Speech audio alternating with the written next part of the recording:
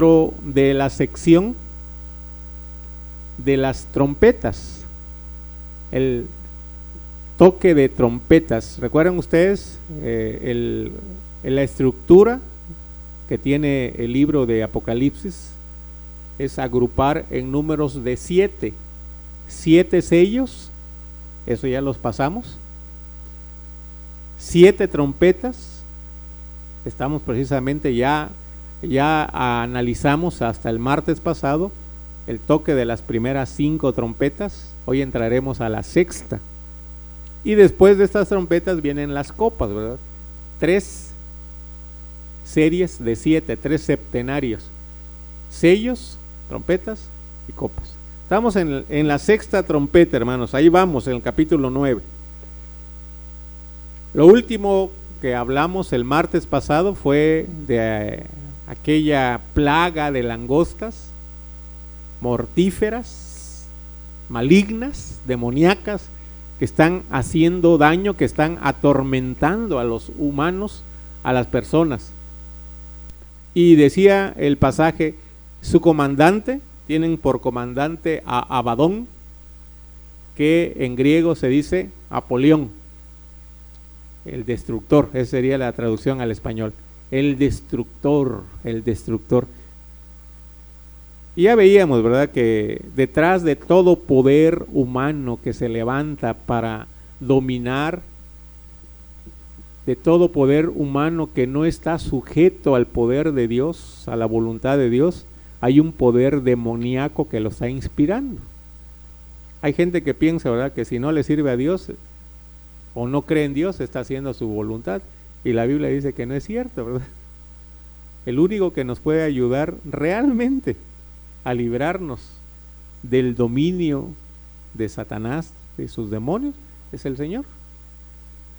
Pero si una persona se aleja de Dios, está a merced del maligno.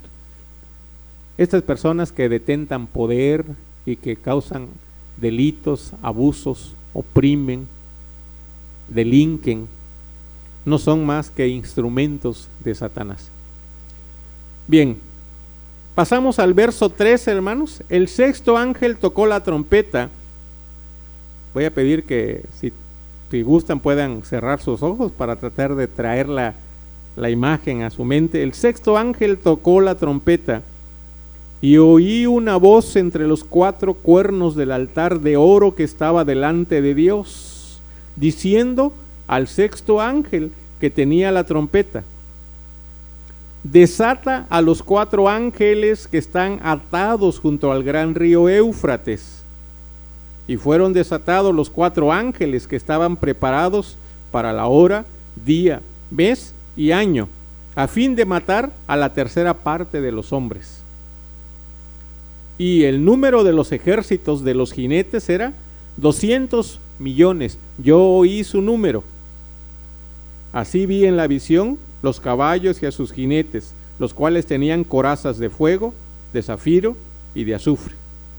Y las cabezas de los caballos eran como cabezas de leones, y de su boca salían fuego, humo y azufre. Por estas 3 plagas fue muerta la tercera parte de los hombres, por el fuego, el humo y el azufre que salían de su boca.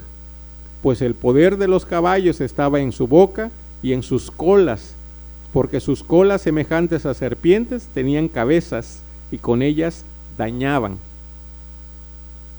Y los otros hombres que no fueron muertos con estas plagas, ni aun así se arrepintieron de las obras de sus manos, ni dejaron de adorar a los demonios y a las imágenes de oro, de plata, de bronce, de piedra y de madera, las cuales no pueden ver, ni oír, ni andar, y no se arrepintieron de sus homicidios, ni de sus hechicerías, ni de su fornicación, ni de sus hurtos.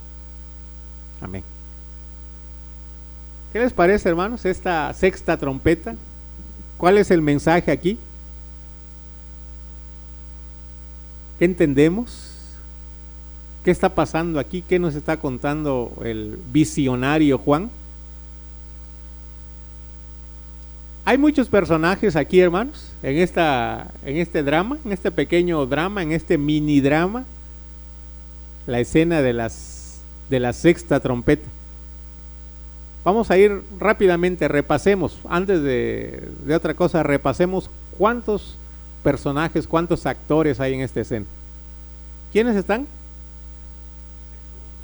Bueno, hay un ángel, ¿verdad? El sexto. ¿Recuerdan ustedes que habían al inicio de toda esta serie 7 ángeles de pie? Se le dieron una trompeta. Bueno, estamos hablando del sexto. 5 ya tocaron su trompeta. Ese es el sexto ángel. ¿Alguien más? Ahora aparecen 4 ángeles más. Muy bien, están en la escena 4 ángeles más. ¿Qué más? Hay un ejército. Hay un ejército. ¿Cuántos? 200 millones. 200 millones. Todos los mexicanos somos un poquito más de 100 millones, ¿verdad? Bueno, un ejército de 200 millones. Un ejército invasor, así, ¿verdad? Es un ejército que viene a invadir. ¿Qué otro personaje? ¿Perdón? Caballo, jinete. Hay una voz que está, que se escucha una voz entre los 4 cuernos del altar que está delante de Dios. ¿Habrá algún otro personaje, hermano, en esta escena? ¿Ven a alguien más? Bueno, las plagas, ¿verdad? Que serían elementos que aparecen aquí. ¿Cuál sería la plaga, hermanos? ¿De qué? Fuego, humo y azufre. Bien, lugares. ¿Qué lugares ven o se mencionan? El Éufrates, el río Éufrates. Se mencionan también al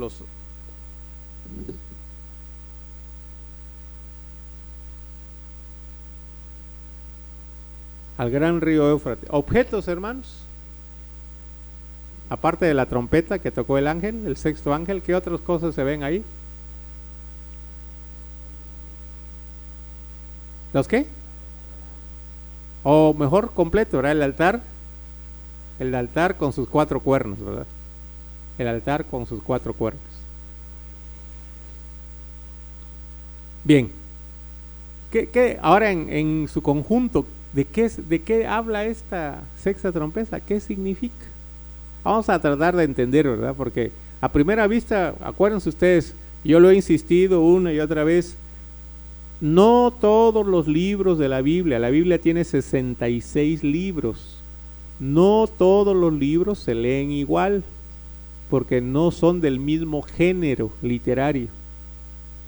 ¿Sí? No vamos a leer los evangelios, por ejemplo, es un género literario. Los salmos son poesía, no vamos a leerlos igual, ¿verdad?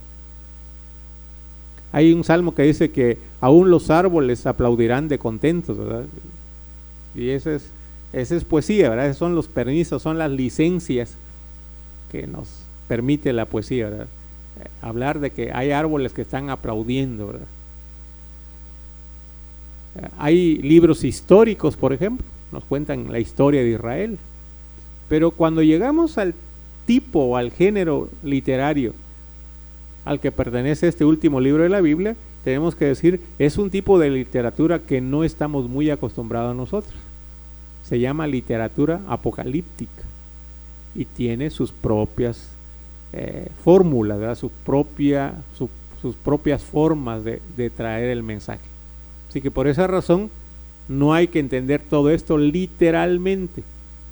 El Apocalipsis no es literal, hermanos.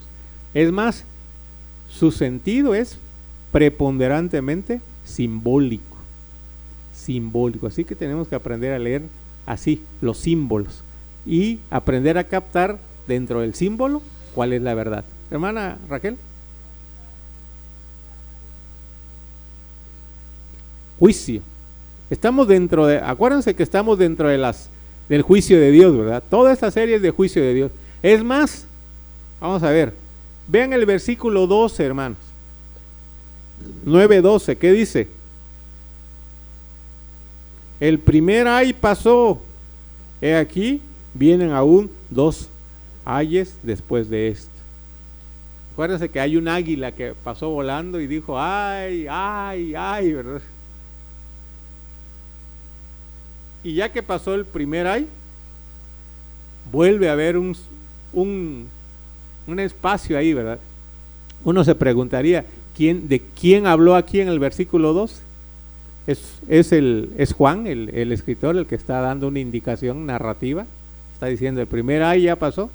O es una voz que sonó por ahí, no sabemos, ¿verdad? Alguien diría, es el mismo águila, ¿verdad? O el mismo ángel que habló, que gritó. Pero sí, estamos hablando del juicio de Dios definitivamente, ¿no? Estamos hablando del juicio de Dios, de la ira de Dios contra aquellos que no temen a Dios. Acuérdense que la expresión los hombres, estas plagas van a lastimar a los hombres, no solo a los varones, sino a los seres humanos, pero no a todos los seres humanos. A la tercera parte, pero son gente que no tiene el sello de Dios. Sí, son gente, porque al final dice, y los que no murieron, ni aún así se arrepintieron, dice, ¿verdad? Ni viendo toda esta mortandad, ni aún así se arrepintieron. Entonces, los que están aquí bajo el juicio de Dios, precisamente son todos aquellos que están fuera o lejos de la voluntad de Dios. Entonces, sí es juicio de Dios, hermano. ¿Sí? Bien, veamos, hermanos, por parte. Vamos a ir tomando algunos datos y a ver si podemos armar el cuadro al final. Dice, una voz, versículo 13, y oí una voz de entre los 4 cuernos del altar de oro que estaba delante de Dios. Primera pregunta, ¿de quién es esa voz, hermano?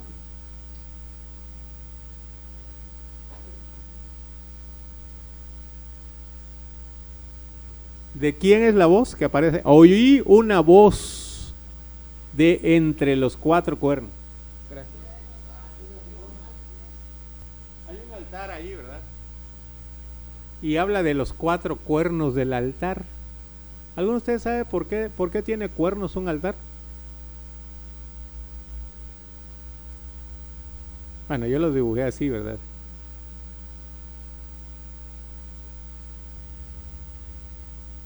Ahora sí está más fácil. ¿Por qué tiene 4 cuernos un altar?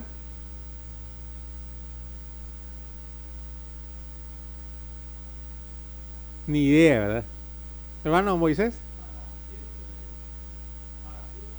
Ah, muy bien. ¿Saben ustedes que en el altar, el primer templo, Dios ya había decidido que se hiciera un altar, pero no podían transportarlo cualquier persona y no se podía tocar con las manos porque era santo? ¿Cómo lo transportaban?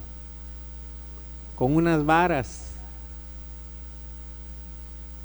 Aquí se lo echaban los levitas. Hay un pasaje, ¿no? Cuando David quiere llevar el arca a Jerusalén, se lo lleva en una carreta. Y cuando van una parte del camino, muy feo, la carreta tropiezan, los bueyes tropiezan, la carreta amenaza con venir, tirar el arca, y un sacerdote que va atrás quiere detener el arca, y donde pone las manos sobre el arca para detenerlo, ahí cayó fulminado, dice, ¿verdad? ¿Se acuerdan de este sacerdote llamado Usa? Bien, por eso cuando la Biblia habla de del altar y de sus cuernos, se está hablando de esto, ¿verdad?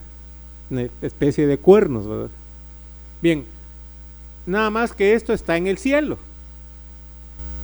¿De quién es la voz? Hermana Raquel.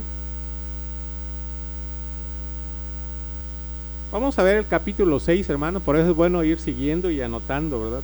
Porque si no se nos olvida. Capítulo 6.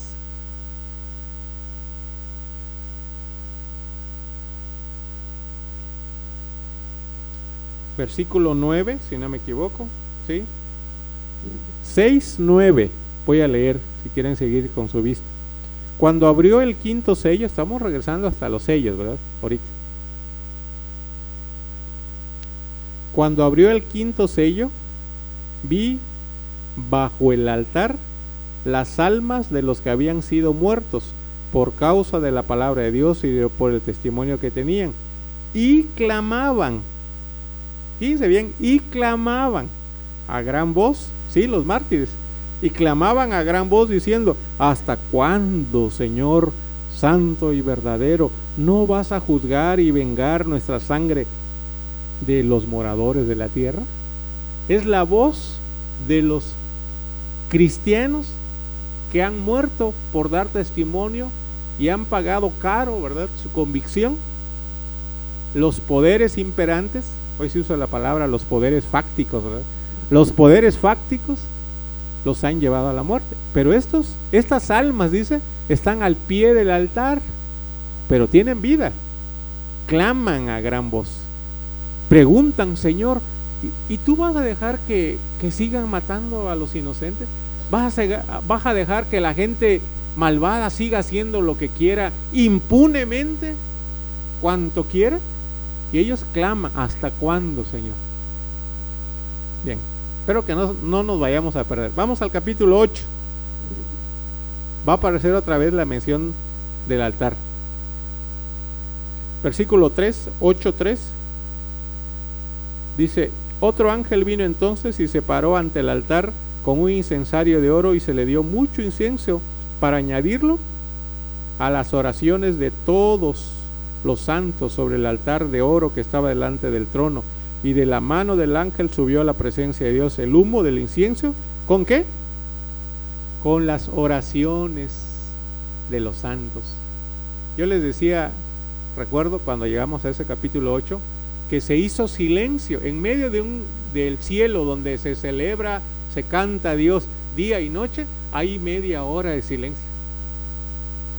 ¿Por qué hace silencio el cielo donde hay tanto gozo, tanta alabanza? Porque Dios escucha, dice. Es la hora en que Dios escucha y prefiere, decide escuchar la oración de su pueblo. Ahora está nuevamente apareciendo aquí el altar, y como buenos, como alumnos que captan muy bien, diríamos: ya sé de dónde viene la voz. Del altar es el lugar de donde salen las oraciones del pueblo de Dios. La gente que no está de acuerdo con lo que está pasando, con lo que estamos viendo. La gente que pregunta: ¿y tiene remedio el mundo? ¿O realmente hay que seguir la ley de la selva, el más poderoso es el que va a sobrevivir? ¿Tiene algo que hacer Dios con nuestro mundo todavía, hermano? ¿O ya se le escapó de las manos? ¿Qué papel juega la oración en la vida de los creyentes, hermano? ¿Qué significa creer en Dios? ¿Y qué significa clamar a Dios cuando nuestros lentes solamente están viendo una realidad cruda, que es la maldad? ¿Qué significa decir: Señor, pero más allá de esta cruda realidad hay una promesa de que tú tienes el control y tú dominas para siempre? Hermano Jorge Sala. Sí, nada más que acuérdense, ¿verdad?, que yo les dije, ¿verdad?, Juan tiene muy bien puestos los pies en la tierra. Y aunque es cierto lo que dice el hermano, no podemos negar que nuestro mundo está de cabeza, hermano. Hablemos hoy, ¿verdad? No, lo que está pasando allá no es proyección de lo que hay en mí, es una realidad. Hay delincuencia, hay injusticia, los tribunales están corrompidos, los gobernantes están coludidos con los poderes, los pobres cada vez se les oprime y se les sume en mayor pobreza. Y eso no es una lucha interna nada más, eso es real. La maldad está desatada. Sí, es cierto, viéndolo desde un aspecto, sí hay una lucha más o menos, podríamos decir, ¿verdad?, interna, aunque no es eso de lo que está hablando Juan, ¿verdad? No se está refiriendo a eso. Juan aquí se está refiriendo precisamente a que el pueblo de Dios tiene un papel muy importante en la historia. Tiene un papel muy importante. ¿Y cómo juega la historia el pueblo de Dios? Una de las maneras como tiene participación es con sus oraciones. Hermana Raquel. No. Y ahí vamos. Qué bueno que preguntó, porque ese es el punto, ¿verdad? Sí, exactamente. ¿Recuerdan ustedes, hermanos, qué pasa en el capítulo 8 cuando el ángel presenta las oraciones de los santos? Vean la imagen, en el capítulo 8, ya lo pasamos. El ángel lleva y ofrece el incienso, y en el incienso suben las oraciones de los santos. Pero ¿qué sigue después? Vamos a ver, cuando las oraciones llegan a Dios, ¿qué pasa? A horas del fuego del altar, de las brasas del altar, se le llena su incensario al ángel, y va el ángel con el incensario, el ángel que trajo las oraciones de los santos que están en la tierra, trajo las oraciones y se lo ofreció a Dios. Bueno, el mismo ángel que trajo las oraciones, ahora se le llenó su incensario con fuego. ¿Y qué hace? ¿Y qué pasa después? Fíjense, hermanos, qué interesante. Este es el lugar, por eso algunos dicen que es un recurso magnífico, magistral, que está usando el escritor de Apocalipsis. Es el lugar donde la voz del pueblo de Dios se encuentra con la voluntad de Dios. Aquí, en ese lugar, podríamos decir, ¿verdad? La voz que aparece aquí obviamente es la voz de Dios. Es la voz de Dios. Pero es la voz de Dios en respuesta al clamor de las oraciones de su pueblo. Si alguno cree, hermanos, que cuando oramos no pasa nada, de repente decimos, Señora, y me paro, igual como me hice mi oración. Hay algunos que dicen, ya para qué sigo orando. Si alguno cree, ¿verdad?, que no pasa nada, es porque no hemos leído Apocalipsis. ¿Se acuerdan que allá en el capítulo 6, 9 en adelante le dicen a los santos, se les dijo, todavía no? Pero la respuesta de Dios no es no. La respuesta de Dios no es no. Cuando le pedimos a Dios no siempre nos dice no. ¿Qué dice a veces Dios? Todavía no. Y no es lo mismo. No es lo mismo decirle no a decirle sí, pero espérate. O todavía no. Porque a veces nosotros quisiéramos que el juicio de Dios viniera inmediatamente. En cuanto alguien hace mal, que inmediatamente le caiga el juicio de Dios. No, no es así. No es así.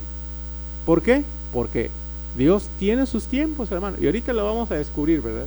La oración del pueblo de Dios es un factor en la historia humana.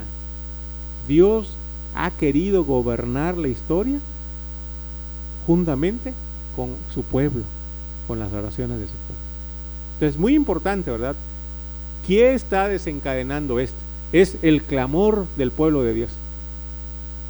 Y no quiero seguir explotando porque voy a predicar en la siguiente velada de oración en este pasaje, ¿verdad? ¿Qué dice cuando oramos el Padre Nuestro, hermano? Venga a tu reino. ¿Y creemos, hermanos, cuando pedimos eso? ¿Recuerdan que yo les dije hace unos estudios que cuando oremos esa frase deberíamos salir corriendo a ver por la ventana? Venga a tu reino. ¿Va a venir el reino de Dios, hermano? A veces decimos, no, todo va a seguir igual, ¿verdad? Cambian los partidos políticos, pero nuestra suerte no cambia, hermano. Cambia el color del partido en el poder, pero nosotros seguimos igual o peor. Pero el pueblo de Dios dice, venga a tu reino, con la esperanza de que un día el reino de Dios viene, la providencia. Por eso el libro de Apocalipsis empieza, hermanos, en las alturas, allá. Vean cómo hemos ido bajando de allá, hemos ido bajando para acá, a la tierra. Estamos viendo la situación, pero no desconectemos cielo y tierra. Ahora que está desatándose el juicio de Dios, se dice que esta voz, la que Dios responde, Dios ordena, pero es una voz en respuesta a la oración del pueblo de Dios. El juicio de Dios es respuesta a esa oración que dice, Señor, ¿hasta cuándo? Es respuesta a esa oración que dice, venga, Señor, tu reino, venga a nosotros tu reino. Bien, vamos a avanzar para no quedarnos mucho en este lugar, ¿verdad? Dice,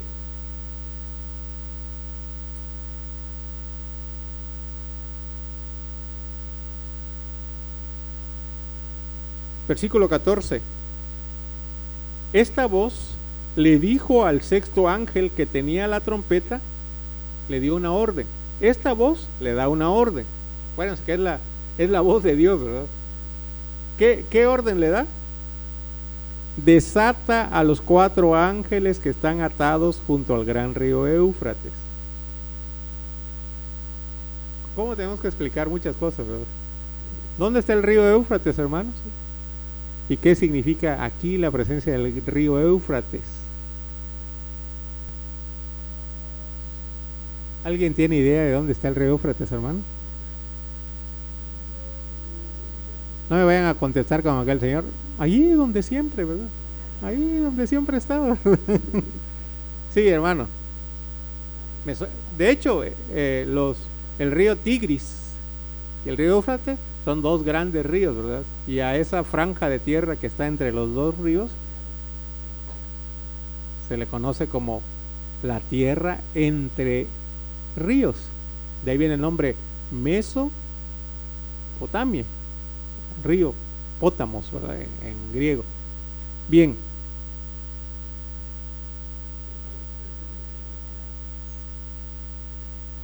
Irak y los países alrededor, ¿verdad? Irak, sí. Todo lo que es el mundo persa, ¿eh? Recuerden que estamos en la época del Imperio Romano cuando se escribe este libro. Dice que se le da una orden de desatar a 4 ángeles que están parados en el río Éufrates. Están atados, ¿verdad? Versículo 14. Desata a los 4 ángeles que están atados junto al gran río Éufrates. Y luego el versículo 15 dice, fueron desatados los 4 ángeles que estaban preparados para la hora, día, mes, año, a fin de matar a la tercera parte de los hombres. Ángeles justicieros, ángeles de juicio. Pero hay una orden. Estos ángeles están preparados, hermano. Estos ángeles están preparados. Estos ángeles son ángeles de juicio, pero están detenidos. Pero no se les permite traer el juicio, están en suspenso. Aquí dice atados, una manera de decir impedidos. Alguien los detiene, alguien no le deja hacer su trabajo. ¿Ya saben quién? Dios, ¿verdad? Definitivamente. Estos 4 ángeles, ellos están listos, están preparados eso dice el pasaje, están preparados, pero no se les había dado permiso de actuar porque estaban detenidos, estaban atados, hasta que Dios da la orden. Ahora sí, desátense. Qué curioso, hermanos, porque en capítulos anteriores dice que también hay 4 ángeles que están preparados, pero Dios les dice todavía no actúen. Fíjense bien, hasta que se sellen a todos los escogidos de Dios. Primero, y después actuarán. Aquí estos ángeles estaban atados, querían intervenir, pero no podían. Aquellos se les detuvo, aquí se les va a soltar. Aquí se le está dando permiso. Y otra vez, hermanos, volvemos a la figura que analizamos en la plaga anterior. A las langostas se les dieron órdenes muy precisas. Solo seres humanos, nada de plantas ni de hierba. No los van a matar, solo a atormentar. No a cualquier persona, solamente a los que no tengan el sello de Dios en su frente. Y nada más 5 meses. Así se le dijo a las langostas. Vean qué precisión. Ahora vean la precisión aquí, hermanos, en este pasaje. ahí en el versículo 14, ¿qué dice? El 15, perdón. Fueron desatados los 4 ángeles que estaban preparados. Pero vean ustedes, no fue a la hora que quieran. Tuvo que llegar el reloj, saber desde cuándo está el juicio de Dios pendiente, hermanos. El juicio de Dios está, pero Dios, en su gracia y su misericordia, lo ha detenido. Pero va a llegar un momento, y vean ustedes, en el reloj de Dios va a llegar un momento, el año, mes, día y hora. ¿Quién puede tener? Solo faltó que dijera segundo, ¿verdad? Pero ya con esto es suficiente para decirnos, nada se escapa del control de Dios, hermanos. Nada se escapa. En el juicio de Dios, si el juicio no viene, no es porque Dios no pueda con los malvados, es porque Dios tiene misericordia. Hermano amado.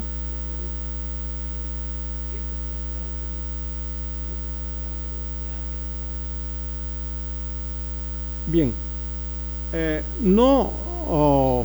se ha debatido, hermanos, en la literatura de quienes han hecho trabajo en el libro de Apocalipsis, explicando Apocalipsis, ha habido mucho debate con una pregunta: ¿son buenos o malos estos ángeles?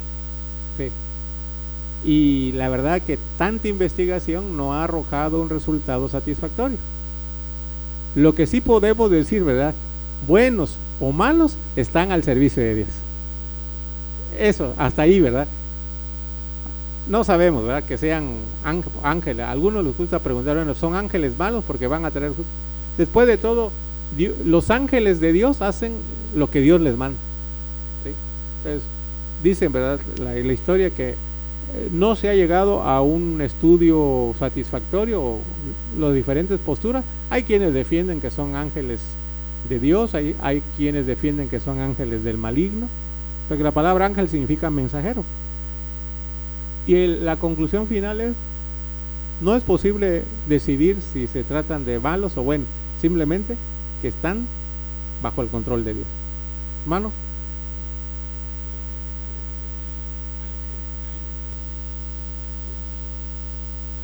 Nada más que aún los ángeles caídos tienen que cumplir la voluntad de Dios. O sea, es por demás cuestionar, ¿verdad? Y es lo que han dicho, ¿verdad? Si ustedes leen el Salmo 104, creo que dice que Él hace a las nubes sus mensajeros, ¿verdad? Eso sí, dice el Salmo 103, al final: ministros suyos que hacéis su voluntad, atendiendo u obedeciendo a la voz de su precepto. Esos son los ángeles, ¿verdad?, de Dios, los que hacen su voluntad. ¿Quién por allá, hermano Gilberto? Acuérdense que la expresión aquí es detenidos, impedidos, porque fueron mandados con un propósito. Ellos tienen un propósito, pero no pueden actuar hasta que no se le dé la orden. Así como un ejército, ¿verdad?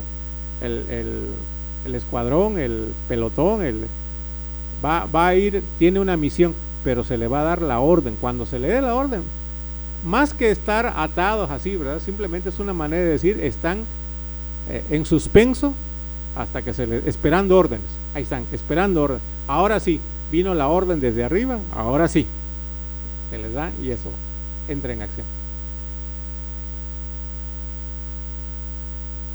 Los 4 ángeles, dice, ¿verdad? 4 ángeles. Ahora la pregunta: ¿por qué el río Éufrates? Bueno, seguimos con la descripción mejor.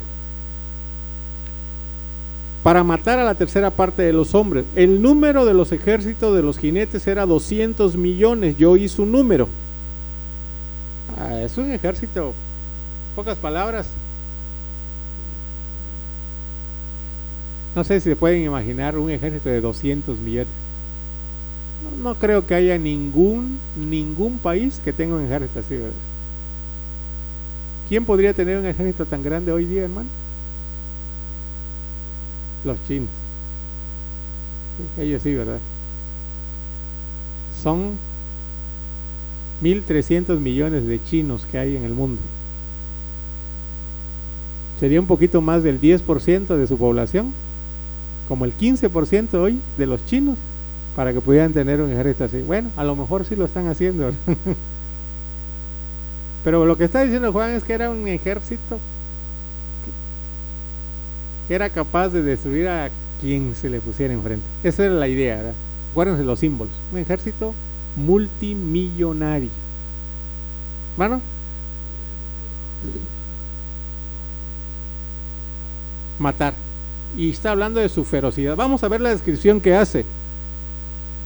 Así vi en la visión los caballos y sus jinetes. Entonces, era un ejército, pero de gente, de jinetes, obviamente montando sobre caballos. Fíjense ese dato, jinetes. No eran nada más un ejército cualquiera, era un ejército que tenía caballos. Tenían corazas de fuego, de zafiro y de azufre. Las cabezas de los caballos eran como cabezas de leones. De su boca salían fuego, humo y azufre. Por estas 3 plagas fue muerta la tercera parte de los hombres, por el fuego, el humo y el azufre que salían de su boca.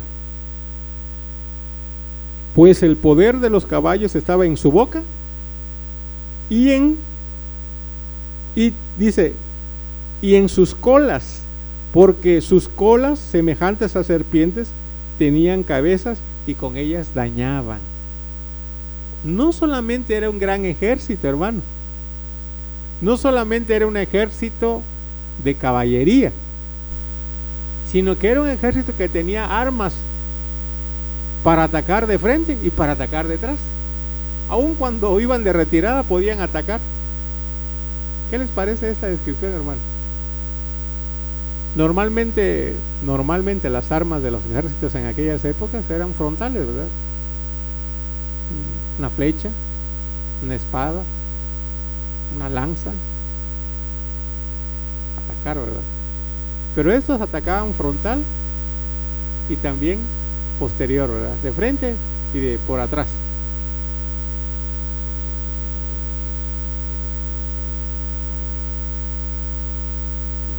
Demoníacos, sí. Por la capacidad de muerte que tienen. Acuérdense, ¿verdad? Que Dios es el Dios de la vida, pero estos tienen capacidad de muerte. Criminales. Bien, es muy importante, ¿verdad?, captar lo que está viendo Juan. Hermano Jorge. Sí.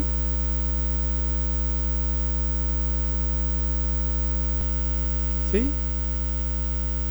Sí, y creo, ¿verdad?, que como yo le dije hace rato, no es que no tenga una aplicación a la parte personal, ¿verdad? No podemos decir que no tenga, pero si usamos este mismo material nos meteríamos en mayor problema, ¿verdad? Si lo entendiéramos personal, porque recuerden que una parte muere y una parte queda viva, ¿no? Pues hay diferencias. Entonces, no es que una parte de nosotros muere y otra parte queda viva, ¿no? Pero digo, en un momento dado podría aplicarse de manera personal, pero vean lo que vamos a tratar de ver toda la imagen. Un ejército así, ¿verdad? Pero vean ustedes que se mencionó, aquí está lo importante, se mencionó el Éufrates. ¿A qué viene todo esto de la mención de Éufrates, hermano? ¿Era necesario tener que decir de dónde viene? Probablemente, hermano.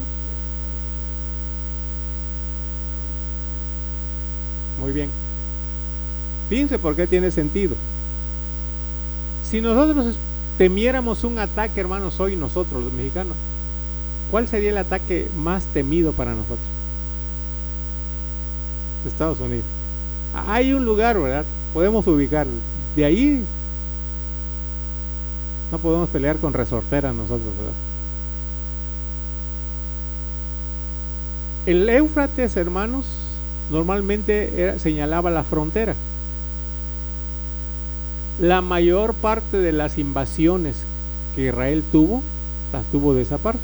¿Recuerdan? Babilonia está en esa parte, precisamente, de allá. Los asirios venían de allá, ¿se acuerdan? De Sennacherib, venían de allá. El reino persa vino de allá, ¿verdad?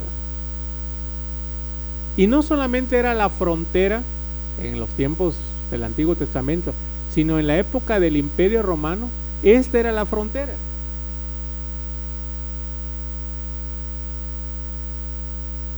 ¿Quiénes vivían? ¿Quiénes estaban más allá de la frontera que despertaban mucho miedo aún en el poderoso ejército romano? ¿Quiénes le quitaban el sueño al Imperio Romano y vivían de aquel lado?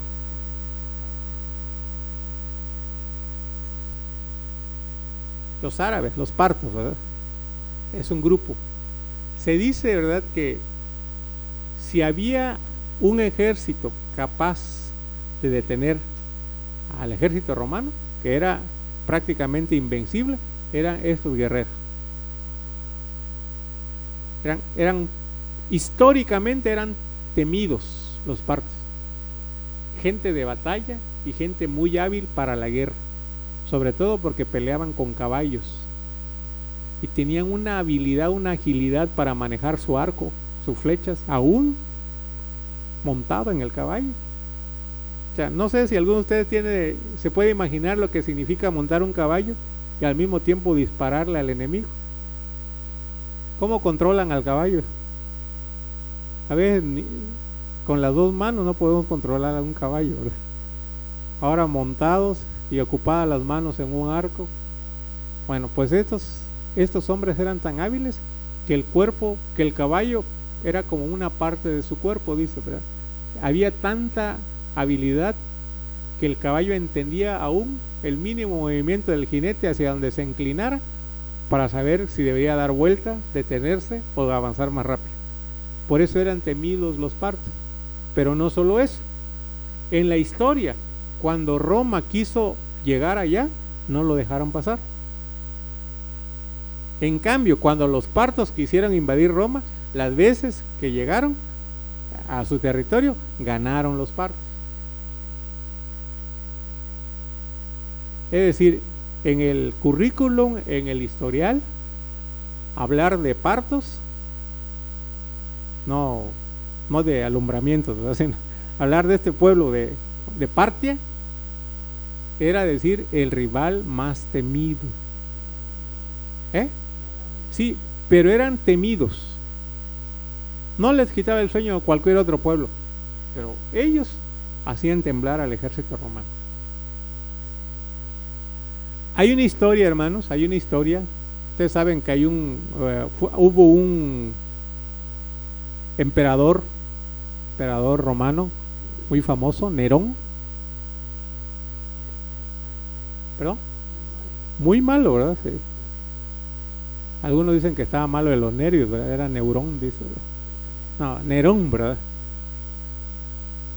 Muy malo, ¿verdad? Muy malo Nerón. Él se entiende que se suicida, él se mata a sí mismo. Hay una obra clásica, ¿verdad?, por ahí que se llama La vida de los 12 Césares. Por cierto, espero que esté también en la biblioteca, porque era parte de nuestra biblioteca algún tiempo, ¿verdad?, ese conjunto de historia. Hay una obra llamada La vida de los 12 Césares, y uno de ellos es Nerón. Se dice que Nerón se quitó la vida, se suicidó. Pero otros decían que no, se desapareció Nerón y hicieron pasar como un suicidio, pero que los partos lo habían acogido y que Nerón estaba preparando su regreso para acabar a sus enemigos. Y ahí surgió un mito, el Nerón redivivus, es decir, Nerón resucitado. Porque algunos dicen, no murió, se escondió con los partos, se hizo amigo de ellos y va a venir con una invasión porque el pueblo pidió su dimisión a Nerón, ¿verdad? Y él, al ver que todo el mundo estaba pidiendo que su destitución, prefirió matarse, dice la historia. Pero las leyendas dicen que no se murió. Y era leyenda que circulaba ahí entre la gente en la época que está escribiendo Juan. Era de esas leyendas como de que todo el mundo cuenta, ¿verdad? Va a venir Nerón, va a regresar, no está muerto, se fue a esconder allá. Bueno, pues Juan está diciendo, Por eso le decía, hay que saber leer a Juan, que estaba muy bien puesto en su tiempo, ¿verdad? Si Juan utiliza como símbolo algo temido, dice, ¿a qué le temen los romanos? ¿Qué le temen? Yo les preguntaría, ¿cuál es su mayor fobia, hermano? ¿A qué le tienen más miedo? Como dicen, el mar. Juan hubiera puesto que se ahogaron en el mar, ¿verdad? ¿A qué le tienen más miedo? A la oscuridad. Juan hubiera puesto y de repente no hubo sol ni luna. A los sapos, ¿alguno le tiene miedo a los sapos? ¿A las cucarachas? Bueno, diría Juan, ¿verdad? Y se vino una plaga de cucarachas, ¿verdad? Ni Dios lo quiere, dirían algunos. Bueno, Juan dice de Éufrates. Estos guerreros implacables e insaciables fueron, vean ustedes qué aparece aquí, porque los ángeles que estaban desatados, vean ustedes, los ángeles que estaban atados fueron desatados, pero ahí salieron, ya no se les mencionó. Algunos creen que estos ángeles fueron e incitaron a los reyes que vivían allá detrás del Éufrates para que se organizaran y invadieran Roma. Entonces, esto es lo que estaba diciendo Juan, ¿verdad? Trajeron muerte, trajeron destrucción. A veces nosotros no nos damos cuenta, hermanos, que gente que ha detentado mucho poder termina en la cárcel. ¿Y quién lo metió en la cárcel? Otro que quería poder. ¿Por qué? ¿Porque él sí era muy justo y quería aclarar todo? No, porque políticamente le convenía. Y uno dice, vamos a leer nuestra historia hoy. ¿Por qué está presa la señora Elvester Gordillo, hermano? ¿Por qué está presa?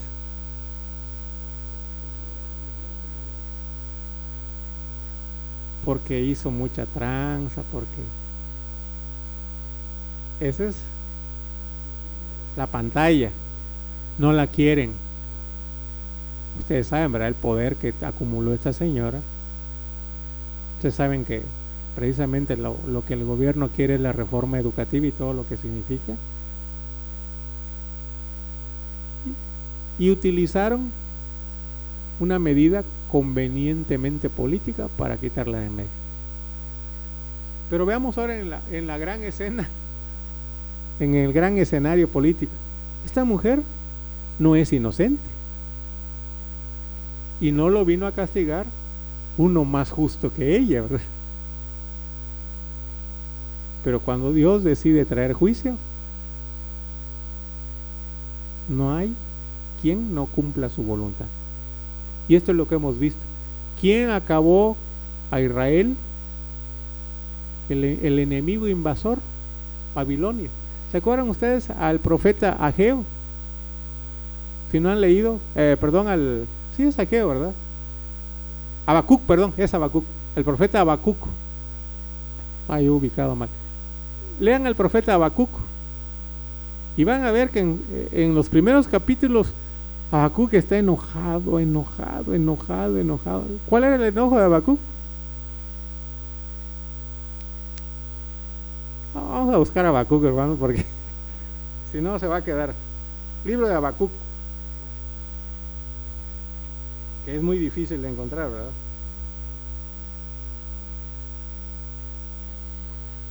Hasta ahí, hermana. ¿Qué es? ¿Qué capítulo es? ¿Versículo? Muy bien. La profecía de Habacuc. ¿Por qué veo tanto mal, Señor? Y parece como que el malo está persiguiendo al justo.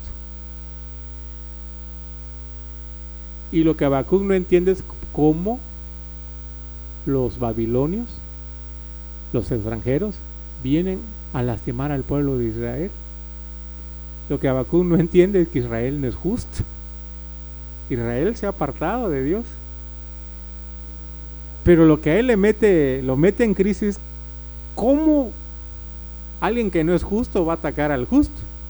No es cuestión de grado de justicia, ¿verdad? Cuando Dios trae juicio, va a utilizar a cualquiera. En este caso, los partos no eran los más santos del mundo, ¿verdad? Pero Roma había derramado mucha sangre, se había enriquecido en base al trabajo y a la pobreza de muchísimas personas. Y lo que está diciendo Juan es, todo eso lo está viendo Dios. Y en el reloj de Dios hay un tiempo, hay un mes, hay una semana, hay un día, hay una hora. Cuando Dios lo traiga, ni las manos van a meter. Es lo que está diciendo Juan. Termina este pasaje diciendo que los otros hombres, la gente incrédula, pero lo que no murió, que no fueron muertos con estas plagas, ni aún así se arrepintieron de las obras de sus manos, ni dejaron de adorar a los demonios y a las imágenes de oro, de plata, de bronce, de piedra y de madera, las cuales no pueden ver, ni oír, ni andar, y no se arrepintieron de sus homicidios, ni de sus hechicerías, ni de su fornicación, ni de sus hurtos. ¿Qué les parece, hermano? Gente que está viendo cómo está cayendo el juicio de Dios, y en lugar de arrepentirse, siguen en sus caminos. Si hay algo que podemos ver aquí, hermanos, para nosotros es cosas muy bonitas. Dios tiene el mundo en sus manos y el control. El mal no va a dominar siempre. El maligno no va a hacer lo que quiera. Dios pone a raya. Segundo, en medio del juicio, Dios se acuerda de su misericordia. ¿Por qué nada más la tercera parte, hermano? Porque Dios no quiere la muerte del impío. Si fuera porque Dios quiere borrar al mundo de sus maldades, ya hubiera acabado con todos nosotros, hermano. Pero el hecho de que Dios en medio de su juicio no diga no a todos, es precisamente porque esta gente que queda viva abra los ojos y se vuelva a Dios. Pero dice, esta gente viendo todo, ni así se arrepintieron. No se arrepintieron. Por eso yo digo, hermanos, que la maldad, antes de la maldad, hay impiedad. Es decir, antes de que la gente haga cosas malas, hay una cosa mala primero, el darle la espalda a Dios. La raíz de todo el mal es darle la espalda a Dios. La impiedad, que es no reconocer a Dios, no temer a Dios, no invocar a Dios, no alabarle, no darle gracia, nos va a conducir a la iniquidad, hermanos.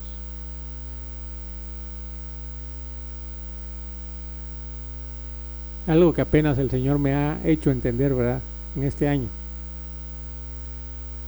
La impiedad nos va a llevar a la iniquidad. Empezar a relajarnos en nuestro servicio a Dios, en nuestro temor a Dios, en servirle, en hacer la voluntad de Dios, poco a poco nos va a ir metiendo a la impiedad. Hurtos, homicidios, fornicación, y toda clase de pecado. Hoy preguntamos por qué hay tanta perversión sexual. Romanos lo dice, ¿verdad? Dios los entregó a pasiones vergonzosas, de modo que ahora hombres con hombres, mujeres con mujeres, porque conociendo a Dios, no le dieron gracias ni le adoraron a aquel que es glorioso, bendito por todos los siglos. La impiedad conduce a la iniquidad. Pero en medio del juicio, de la ira de Dios, todavía Dios tiene misericordia. Fíjense, ya es la sexta trompeta y Dios no quiere acabar con todo el mundo. Viene algo maligno, perverso, pero Dios le ha puesto muy claras las condiciones. No más de la tercera parte, no más. ¿Por qué? Porque quiere que los 2/3 que quedan abran sus ojos y se vuelvan a Dios. Pero tristemente dice, ni aún así, pues se volvieron a Dios. Hermano Gilberto, como yo le he dicho, a veces es cuestión de ver las cosas de diferentes ángulos. Cuando empezamos a ver mucha maldad, ¿oyeron las noticias, hermanos, de lo que pasó este fin de semana? Una familia completa, incluyendo niños, allá en Chihuahua. Y de acuerdo a lo que yo escuché, eran miembros del grupo de los testigos de Jehová, esa familia. Dicen, era una familia conocida como buena gente y trabajador. Por matar. Cuando uno eso, parece que nos enardecemos y decimos, Señor, ¿y no puedes acabar a esos malvados? La pregunta es, pero no en todos los malvados, entre todos los malvados, alguna vez tuvimos nosotros, hermano. Y no entre esos malvados hay algunos parientes nuestros. ¿Cómo le hará Dios cuando unos piden justicia y otros piden misericordia? No, Señor, todavía no. Tengo un padre, tengo un hijo, tengo una madre, tengo una hermana. Acuérdate, Señor, ten misericordia. Y a veces por atender a la misericordia, el justo pregunta, Señor, ¿y hasta cuándo? Y a veces por atender a los justos cae la ira de Dios. Lo que nos está diciendo Apocalipsis es que Dios es sabio, hermano. El que está sufriendo y clama a Dios no debe pensar que Dios está de brazos cruzados y que le da igual que haya maldad que no haya. No, simplemente Dios tiene mucha misericordia. Pero eso sí, va a llegar un día cuando la misericordia diga hasta aquí. Se cierra la puerta, ni uno más. Es más, Dios nos va a decir, no voy a oír una oración más. A mí me lleva esto a pedir por el mundo hoy. Porque a veces pensamos que aún la capacidad de orar y la oportunidad de orar la vamos a tener siempre. Hay un día donde Dios va a decir, ya no me pidan misericordia, ya no clamen, porque ya no es tiempo. Pero hoy el pueblo de Dios debe orar, hermanos. Y no solo para que le dé salud, le dé dinero, para que el mundo, nuestro mundo, hermanos, tenga esperanza. Bien, ya pasamos de la hora. Continuaremos, si Dios lo permite, la próxima semana. Vamos a ponernos de pie, vamos a despedirnos. Gracias, Señor.